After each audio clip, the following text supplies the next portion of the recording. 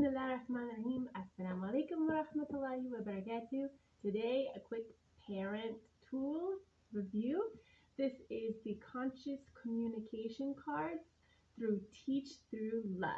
So, there's probably moments in your parenting where what you're doing is just not working, and sometimes it may work, and sometimes it may not work.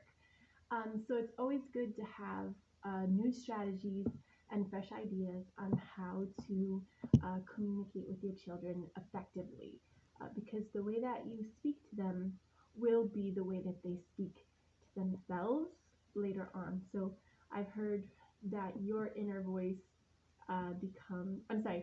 the way that you speak to your children will one day become their inner voice. I had a discussion with a sister recently, and she had mentioned that, and I was like, yeah, subhanAllah, that's some realness right there. So let's be positive and loving in the way that we speak to our kids so that they can be positive and loving and kind to themselves when they become adults or have other relationships. So today the review is going to be on these wonderful, amazing cards. So what they are basically a go-to tool. At the very top of them, there's different scenarios that you might experience as a parent. So for example, change your tone, or maybe you're dealing with stop whining, or for example, do your chores. So there are lots of scenarios where you might find yourself dealing with your kids. So how do you move forward? All right, so I'm gonna choose this one because I'm dealing with it with my son, who has a physical manifestation of his feelings. So instead of being able to tell me or tell his sister or his little brother how he's feeling, he usually will just hit, right? And we're trying to work on that. And so there's one thing that you could say, don't hit, or you get upset, but really it doesn't make any difference, and the behavior will continue.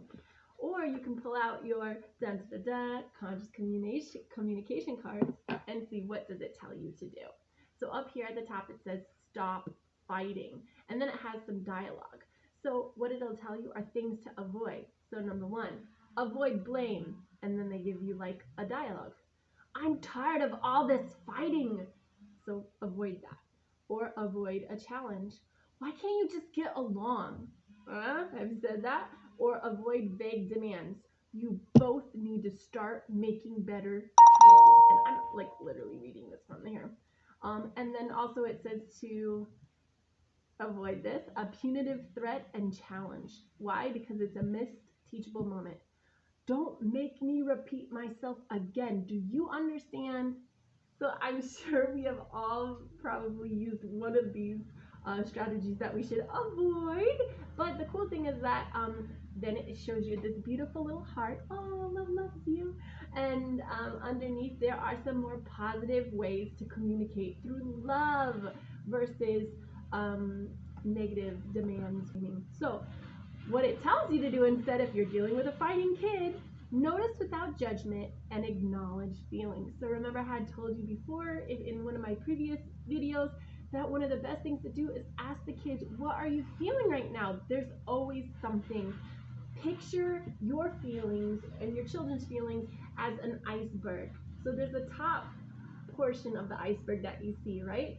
But there could be this gigantic portion underneath the water, and that's really what the feelings are, but they're masking it, and all you see is just the top part of the iceberg. So top part. Let's keep going. So what should you do? I hear you arguing, or I see you hitting. I'm frustrated, and I think you're frustrated with each other too. Then you should be curious. Does anyone like the way this fighting makes us feel? And then we can brainstorm solutions. Can we try some new ways to work this out? What do you think we could do differently? And then also connection, which was another thing that I had mentioned that we must do.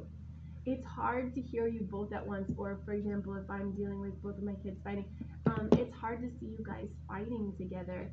I'm going to pass this pillow, and when it comes to you, it'll be your turn to share your ideas. Now, I don't have this all memorized, but it's kind of a good way to rethink how you're going to approach a situation. So as parents, we need to make sure we avoid reaction. Don't just react to the situation. You need to pause, take a deep breath, say Bismillah, be present in the moment, right? Which is not easy sometimes when you're frustrated or you're angry or you have your own emotions to deal with too. These cards are great to take a step back, find what is going on, and then to help you figure out what is your dialogue going to be moving forward.